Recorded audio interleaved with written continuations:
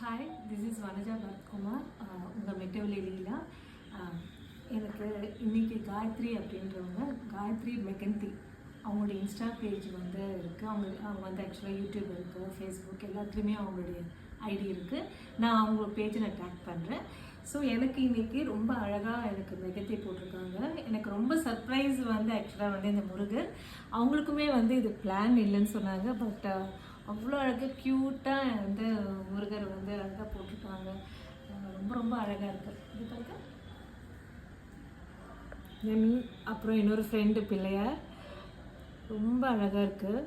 அவங்க எனக்காக அழகாக பார்த்து பொறுமையாக எனக்காக பண்ணாங்க.